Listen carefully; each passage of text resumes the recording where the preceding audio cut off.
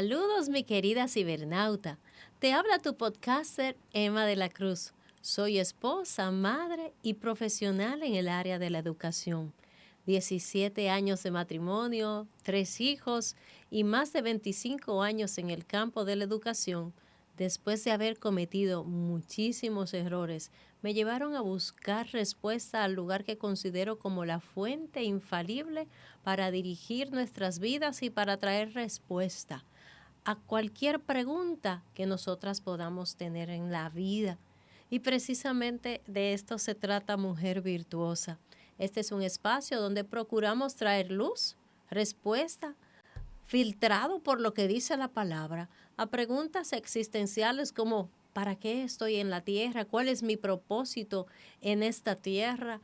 Y preguntas como ¿cuál es el mejor rol que puedo yo tener como mujer? Respuestas a esto y mucho más hemos intentado a lo largo de este programa traer luz para que tú puedas tener una pincelada de guía, de orientación, siempre reflejado en lo que Dios opina sobre un tema en particular.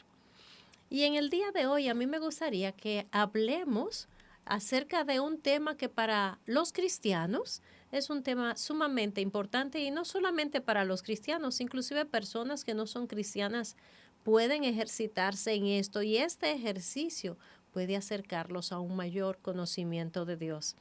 Y estoy hablando acerca de las disciplinas espirituales. Mi intención es que nosotros podamos hacer varios episodios abordando de manera detallada cada una de estas disciplinas con el objetivo de que nosotros podamos hacer revisión en nuestras vidas, ver cómo vamos y que podamos hacer los ajustes del lugar. Así que este es el primero de 3 episodios que pensamos grabar para traerte a ti, que podamos dar un paseo, ¿verdad?, por las páginas de la palabra y ver qué nos dice la palabra de Dios acerca de cada una de estas áreas. Si es la primera vez que te conectas con nosotros, bienvenida. Qué bueno que estás aquí. Y si eres asidua y esperas cada mes en el sábado que llegue este episodio, qué bueno que podemos reconectarnos una vez más. Es mi oración que para ambas este sea un buen tiempo y que podamos juntas crecer en el conocimiento de Dios. Así que quiero pedirte por favor que nos regales un like y que actives la campanita si aún no lo has hecho para que puedan llegarte las notificaciones con relación al contenido que siempre nosotros cargamos relativos a este tema. Y también que por favor nos dejes tus comentarios para nosotros poder saber de qué manera este espacio te bendice. Por favor, déjanos saber desde dónde nos escuchas, déjanos saber qué te parecen nuestros episodios, nuestro contenido, para nosotros poder seguir creciendo y ofreciéndote información, contenido que sea de edificación y bendición para ti. Bien, pues ¿cuántas disciplinas espirituales tenemos? Eso está muy fácil para ti responderlo porque el título de este episodio, de esta serie de episodios, ya te lo dijeron. Tenemos 5 disciplinas espirituales. ¿Y cuáles son esas 5 disciplinas espirituales de las que estamos hablando? Bueno, la primera es la lectura de la palabra, la segunda es la oración, la tercera es el ayuno, y cuarta y quinta son como hermanitas gemelas, está la alabanza y la adoración. Alabanza y adoración. Y nosotros vamos a ir caminando por cada una de ellas en detalle y vamos a poder detenernos y meditar un poco sobre cada una. Pero, ¿qué son las disciplinas espirituales?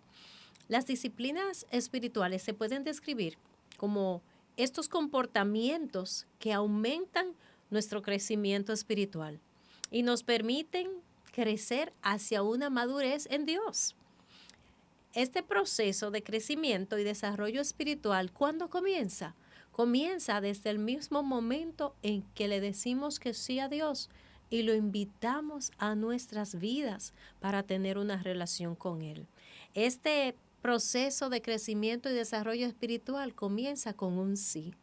comienza con esa convicción de saber que somos pecadores, que un día nos encontraremos cara a cara con nuestro Hacedor, que por causa de nuestro pecado estamos destituidos de su gloria, de su presencia, pero que Cristo vino a traer la solución a esta condición nuestra.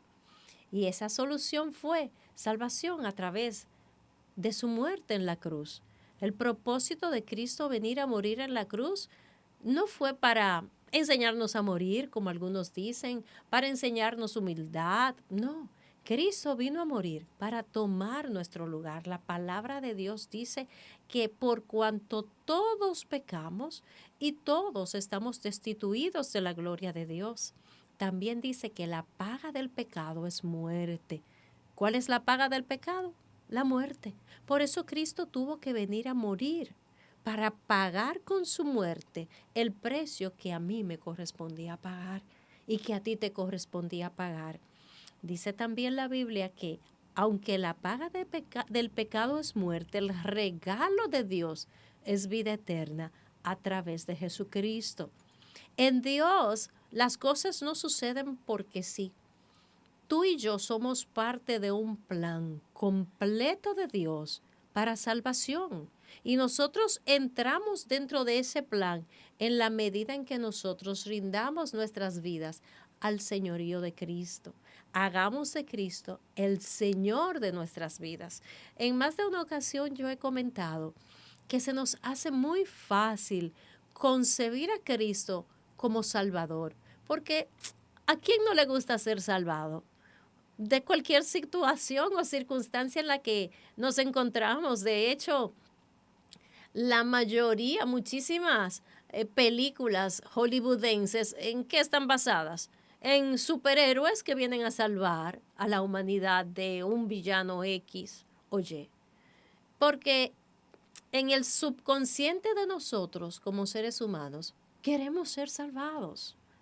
Queremos, la figura de un Salvador nos resulta comprensible. Ahora, a esta naturaleza humana, a esta naturaleza caída, se le hace muy difícil someterse a una autoridad. Y en este caso, a la autoridad de Dios. Por eso nos cuesta tanto rendirnos al señorío de Cristo. Porque cuando nos rendimos a ese señorío, entonces le estamos diciendo a Él, mira, de aquí en adelante tú eres mi Señor.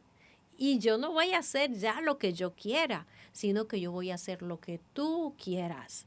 En nuestro contexto de hoy en día, en el tiempo en el que nos tocó vivir, se nos hace difícil comprender el concepto aún más. ¿Sabes por qué? Porque nosotros no tenemos señores, como en los tiempos antiguos. En los tiempos antiguos, el señor era dueño de la persona. Hoy en día, gracias a los derechos humanos y a cómo hemos crecido como sociedad, ya la esclavitud en la mayoría de nuestras sociedades no existe y cada ser humano es libre, es dueño de sí mismo. Pero en el momento en que esto fue escrito, existía la esclavitud. Y cuando se hablaba de Señor, se hablaba del dueño de tu vida. Y eso es lo que es Dios, sea que nosotros lo reconozcamos o no. Dios es el dueño de mi vida. Él me formó en el vientre de mi madre, Él me creó. Él me creó. Pero ese es tema para otro episodio. Porque hoy estamos hablando acerca de las disciplinas espirituales. Entonces, decíamos que las disciplinas espirituales son las que nos ayudan a crecer en Dios y que comienza en el momento en que hacemos de Cristo nuestro Señor. Por ahí comenzamos antes de que abriera yo ese brevísimo paréntesis para hablar acerca de ese tema tan apasionante para mí como lo es el rendir nuestras vidas al señorío de Dios, el proceso en el que cada uno de nosotros está en el mismo momento en que le dijo al Señor, yo necesito de ti, ven, para que tú seas mi dueño, mi Señor y mi Salvador. Entonces, ¿qué es disciplina? Para que nos podamos comprender. Recuérdate que yo soy maestra y siempre me gusta traer la definición de cada concepto del que hablo aquí para que ese concepto pueda hacer clic aquí en la mente y en el corazón. Y te leo lo que quiere decir disciplina. Se entiende por disciplina a la manera coordinada, ordenada y sistemática de hacer las cosas, de acuerdo a un método o código o alguna consideración del modo correcto de hacer las cosas. La palabra disciplina tiene la misma raíz que la palabra discípulo. De hecho, la palabra disciplina viene del latín discipulus. Discípulos quiere decir estudiante.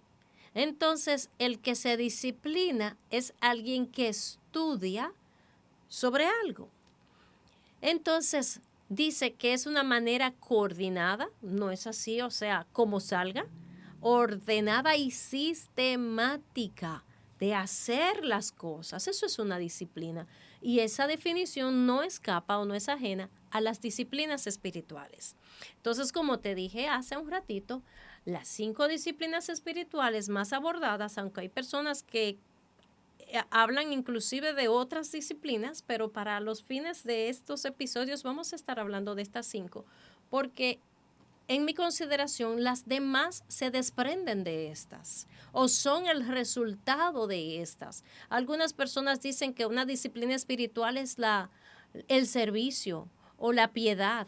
Yo digo que el servicio y la piedad son consecuencia de estas disciplinas espirituales, pero ya eso lo dejo a tu consideración para que puedas seguir indagando sobre el tema. Pues la lectura de la palabra, la oración, el ayuno, la alabanza y la adoración son las 5 disciplinas espirituales que nos van a ayudar a formarnos, a formar nuestro carácter y a crecer espiritualmente.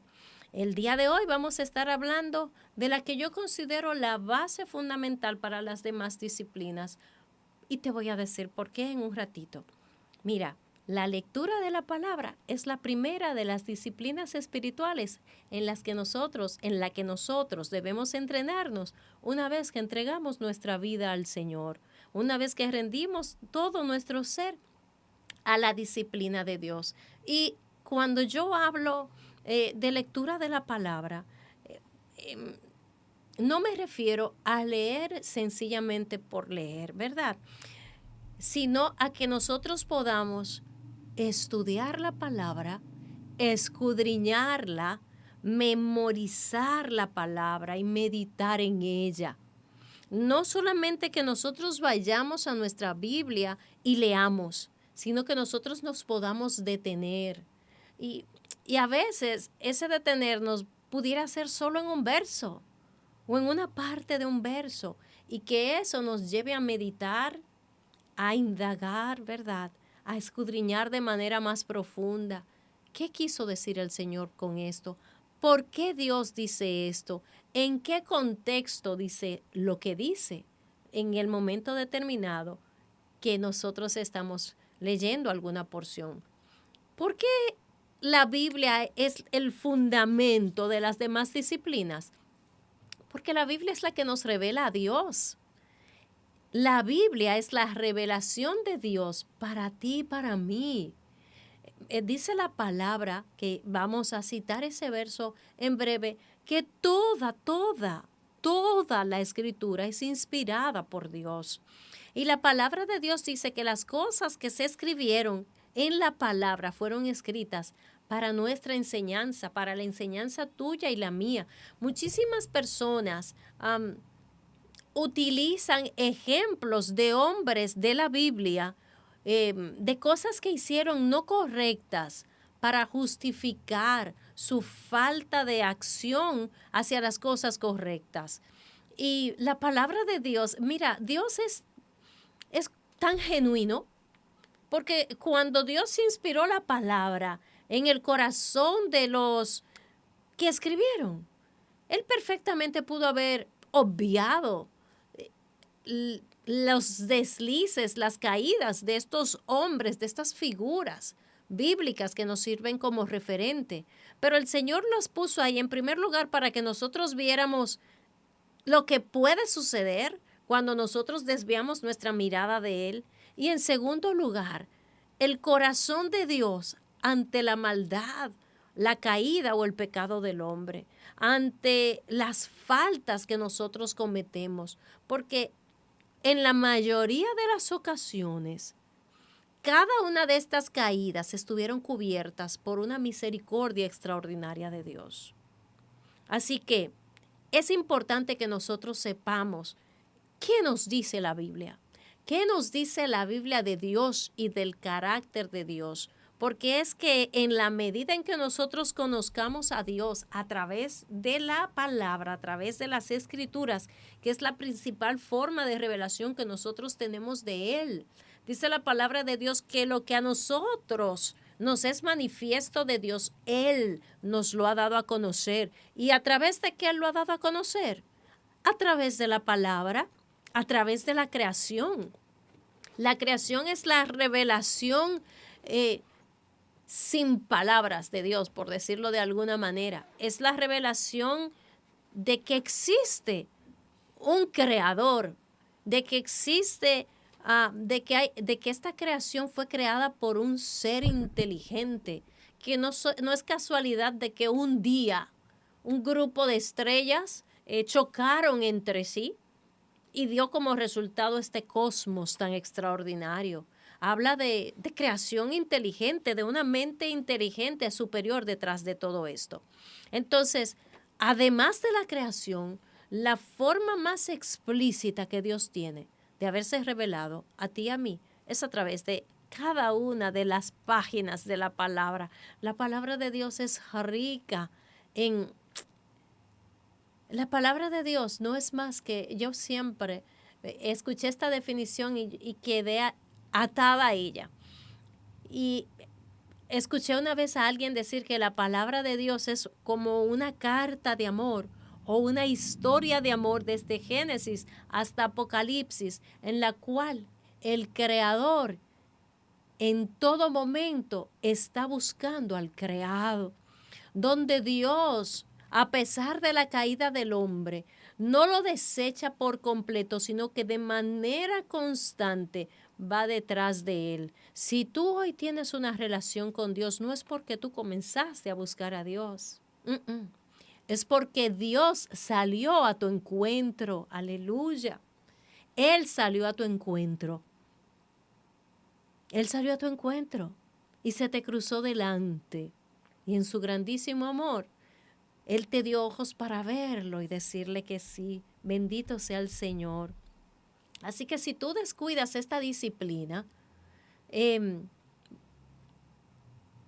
muy probable que todas las demás, que haya un efecto dominó. Y con el descuido de esta, todas las demás sean descuidadas.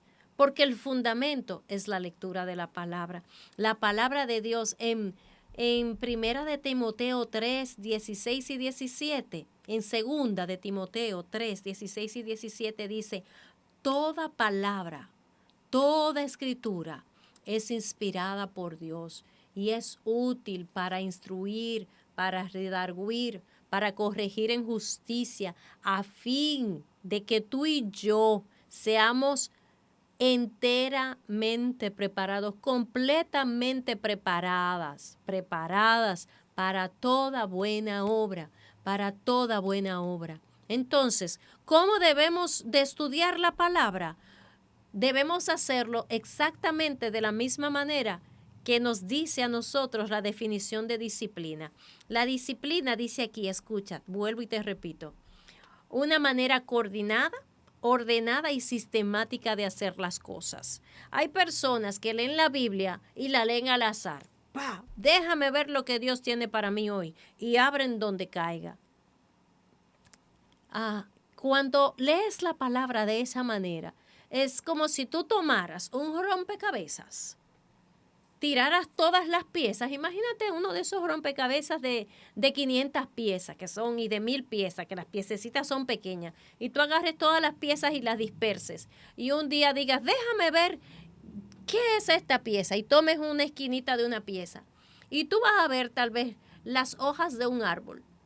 Pero eso está tan disperso o tan pequeño que tú no puedes ver en ese mismo momento que se trata de las hojas de un árbol, sino que tú ves algo verde.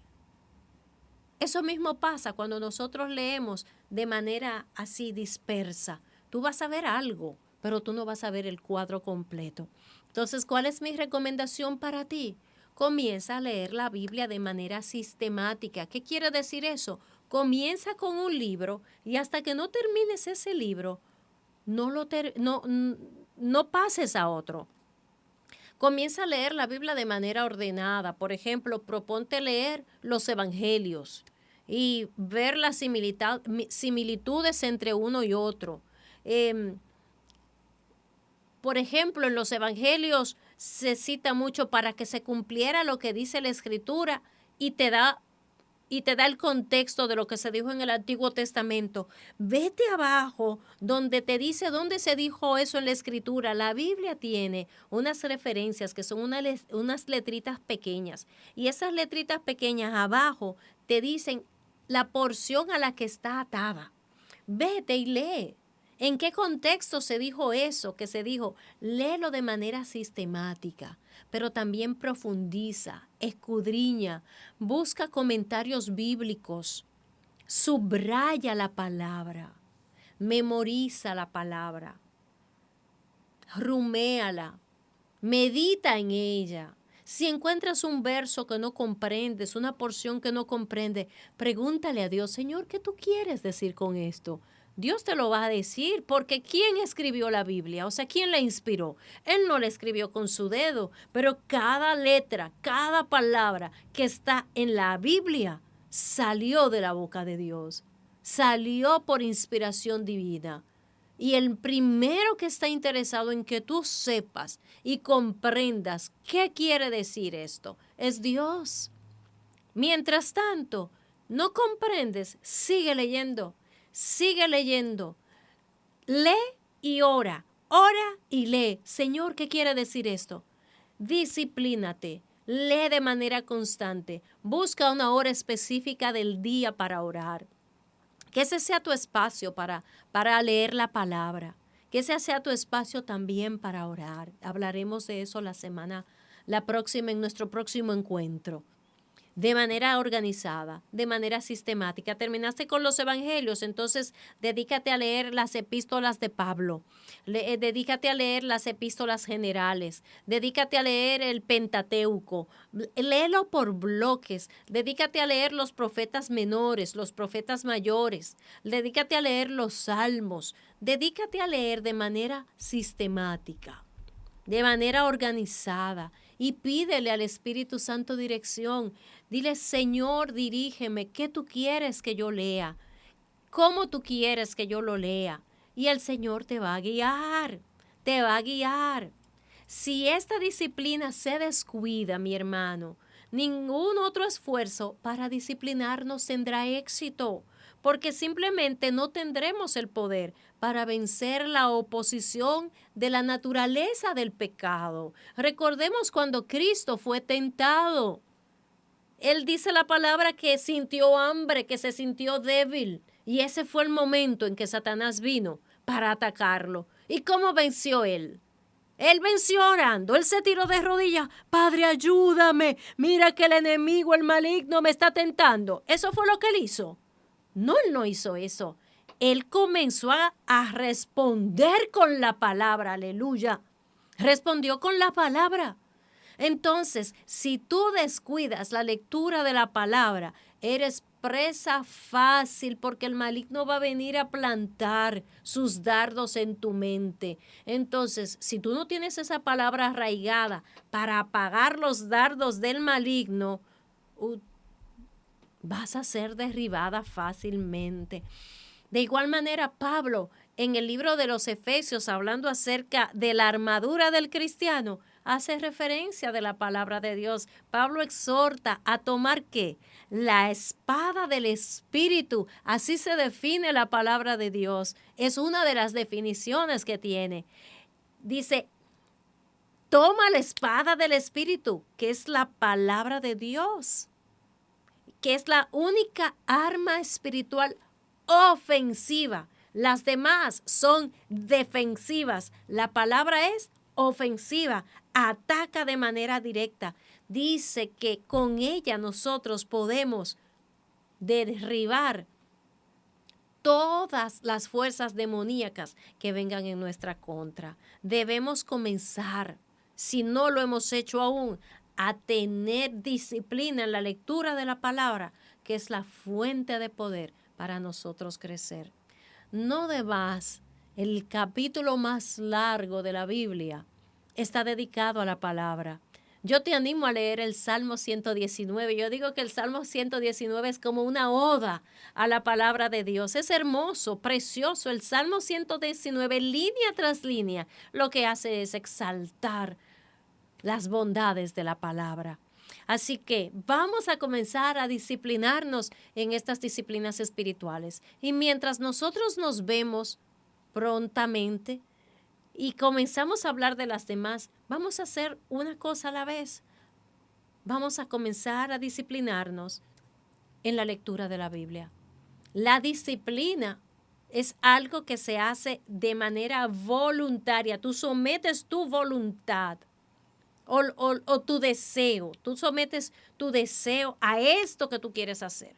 ¿Tú crees que las personas que van al gimnasio se despiertan un día y dicen, yo voy para el gimnasio y no me devuelvo? No, todo el que va al gimnasio comienza a ir al gimnasio aunque le duelan los músculos, aunque no tenga deseo, pero tiene una meta y es crecer, ya sea en músculos, en salud, en ejercicio. Bueno, y entonces comienza a ejercitarse. Y llega el momento que el día que no va al gimnasio le hace falta.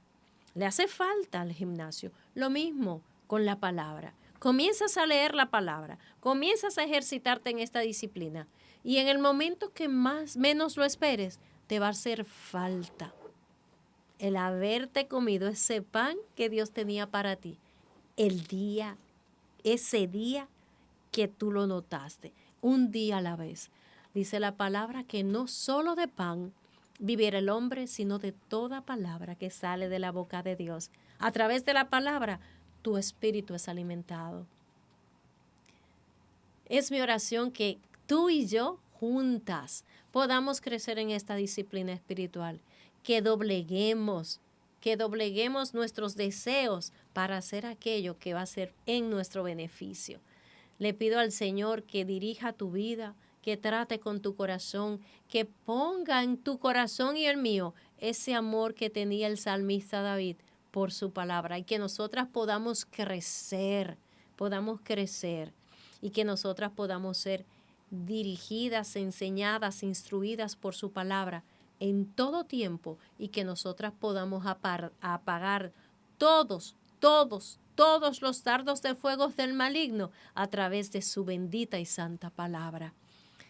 Doy gracias al Señor por este tiempo que compartimos juntas. Yo confío que haya sido de mucha bendición para ti. Para mí lo ha sido.